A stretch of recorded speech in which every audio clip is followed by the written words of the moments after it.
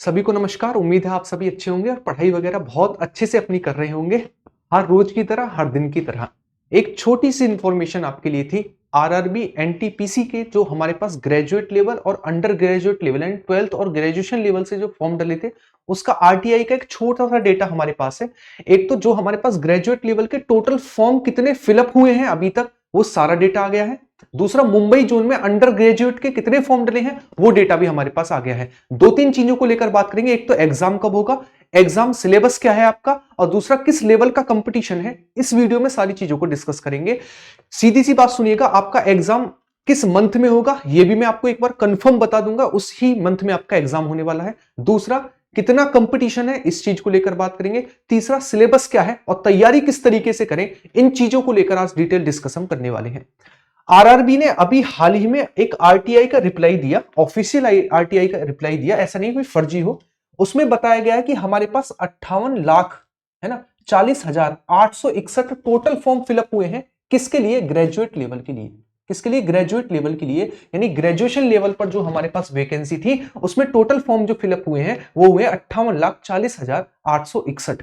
काफी मात्रा में फॉर्म फिलअप हुए, फिर भी और के मुकाबले अब की बार कम है। रीजन क्या है? रीजन ये है कि अब की बार दो तरीके से फॉर्म फिलअप हुए थे, ग्रेजुएट लेवल और अंडर ग्रेजुएट लेवल। ठीक है, अगर हम इसको यहां पर देखना चाहें तो टोटल फॉर्म जो फिलअप हुए हैं अंडर ग्रेजुएट लेवल के, वो हुए 58,40,861, है ना। और हम बात करें किसको लेकर, मुंबई में केवल मुंबई में 6,69,949 फॉर्म फिलअप हुए हैं। किसको लेकर?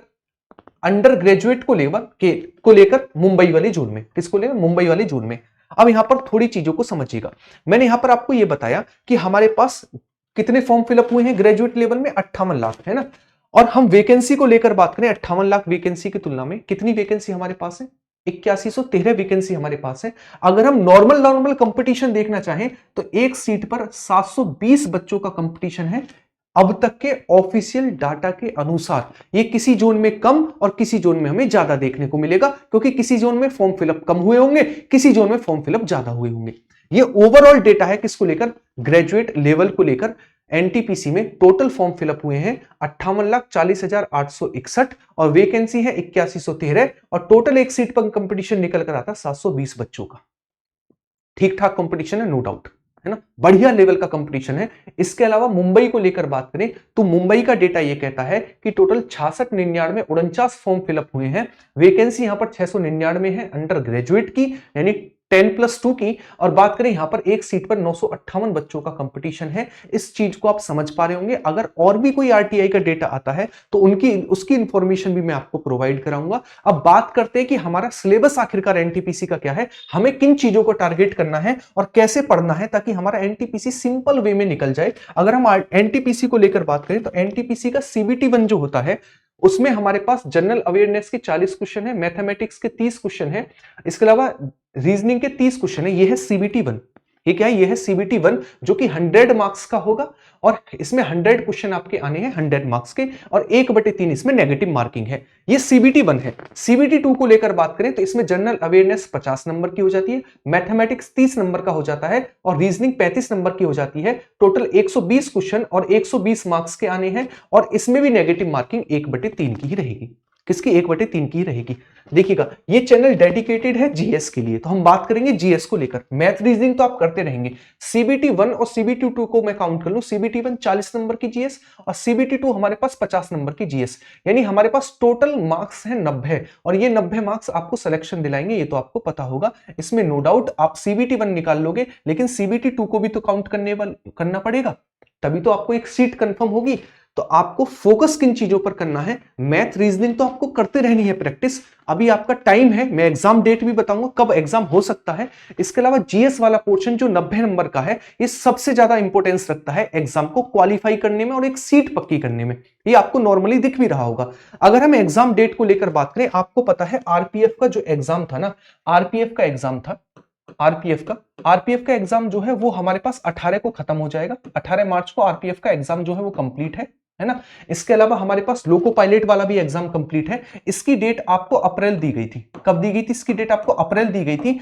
आप ये मानकर चलिए कि अप्रैल अगर आपको डेट दी गई है तो मार्च लास्ट में या फिर मार्च 20 तक अगर आपको नोटिस देखने को मिलता है कि हाँ एनटीपीसी का एग्जाम है, तो आप मानकर चलेंगे अप्रैल में एग्जाम होगा। अगर ये इंफॉर्मेशन आपको 20 मार्च के बाद यानी मार्च एंड में देखने को मिलती है, मार्च एंड में, तो आप ये समझिएगा इसका जो एग्जाम है वो मई सेकंड वीक तक जाएगा। मई सेकंड वीक तक जाइए, इसका हमारे पास एग्जाम जाएगा सेकंड वीक तक। सेकंड वीक तक क्या है इसका एग्जाम जाएगा। आप याद रखिएगा आपके पास दो चीजें हैं, या तो ये एग्जाम होगा किसमें, या तो ये एग्जाम होगा अप्रैल में। अगर आपका नोटिस 20 मार्च तक लगभग आ जाता है तो आपका एग्जाम मानकर चलिए अप्रैल में हो जाएगा। अगर मार्च से 20 मार्च से ऊपर कोई इंफॉर्मेशन नहीं आती है तो ये मानकर चलिएगा सेकंड वीक तक आपका मई में एग्जाम जाएगा। लेकिन एक चीज कंप्लीट है कि आपका जो एनटीपीसी का एग्जाम है वो अप्रैल और मई में होने वाला है, इसमें कोई भी डाउट नहीं है। 100% आपका एग्जाम अप्रैल और मई में होगा, ये कंफर्म है। क्यों? क्योंकि आरपीएफ का एग्जाम 20 तारीख तक खिंच रहा था, उसको पीछे करके 18 कर दिया गया है। तो सीधी सी बात है जो एग्जाम कराने हैं वो एकदम कंप्लीट सही टाइम पर हो रहे हैं। तो आप ये मानकर चलिएगा अगर अप्रैल डेट दी गई है तो खिंचकर ज्यादा से ज्यादा मई जाएगा। ये मत सोचना जुलाई अगस्त सितंबर अक्टूबर जाएगा, जी नहीं, ज्यादा से ज्यादा मई जाएगा, मई से आगे एग्जाम नहीं जाएगा। तो आप टारगेट अप्रैल को करके चलेंगे और लास्ट ऑप्शन मानेंगे कि हमारा एग्जाम मई में हर हालत में हो जाना है, और हर हालत में हमें मई और अप्रैल को टारगेट करते हुए पढ़ना है। अप्रैल और मई को टारगेट करते हुए पढ़ना है। अब एक चीज सिंपल सी समझिएगा, अप्रैल आपका मई एग्जाम में होगा। ये आपका सीबीटी 1 और सीबीटी 2 का सिलेबस है। अगर हम बात करें सीबीटी 1 और सीबीटी 2 को मिलाकर तो जीएस वाला पोर्शन बनता है 90 मार्क्स का। कितने का? 90 नंबर का बनता है। आप सभी को पता है कि हमारे पास जो ग्रेजुएट लेवल के हैं, हमारे पास ग्रेजुएट लेवल पर 58 लाख फॉर्म डले हैं, और एक सीट पर कंपटीशन को लेकर बात करें 720 बच्चों का है। तो इसमें अगर आपको निकलना है तो निकलने के लिए आपको कुछ चीजों पर फोकस करना पड़ेगा। ये 90 नंबर की जीएस वाला पोर्शन आप कैसे कवर करें, इसके लिए एक सिंपल मैं आपको वे बताता हूं।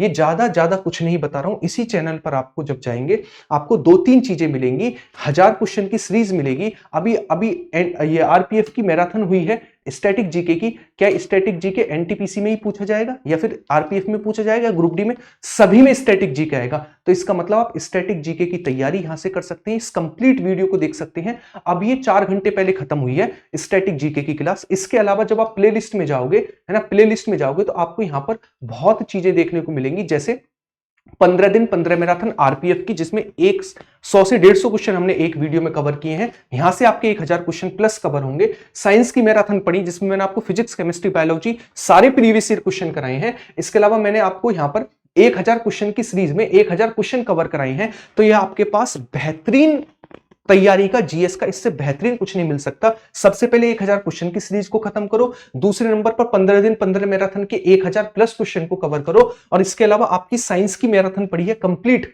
इसमें लगभग 700 क्वेश्चन मैंने कवर कराए हैं फिजिक्स केमिस्ट्री और बायोलॉजी को लेकर, इसे कवर करो। और उसके अलावा आपकी स्टैटिक जीके की जो क्लास है अभी जो हुई है उसे कवर करो, और डेली के डेली क्लास में रेगुलर रहो। इतना भरोसा मैं आपको दिला सकता हूं कि जीएस वाले पोर्शन को लेकर, जो आपका सीबीटी 1 में 40 का है और सीबीटी 2 में जो है 50 का है, ये 90 नंबर का पोर्शन एक बेहतरीन लेवल पर आपका तैयार होगा। ठीक है, ये छोटी सी इंफॉर्मेशन आपके लिए थी। मैं लास्ट बार बता रहा हूं, एक चीज सुनिएगा, कंपटीशन 720 बच्चों का है ग्रेजुएट लेवल पर।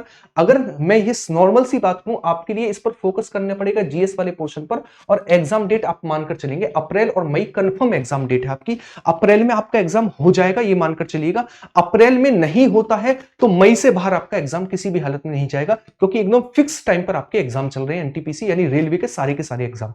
ठीक है, तो छोटी सी इंफॉर्मेशन थी। उम्मीद है आपको वीडियो सही लगी होगी, इंफॉर्मेटिव लगी होगी। इंफॉर्मेटिव लगी है तो कमेंट बॉक्स में कमेंट छोड़िएगा।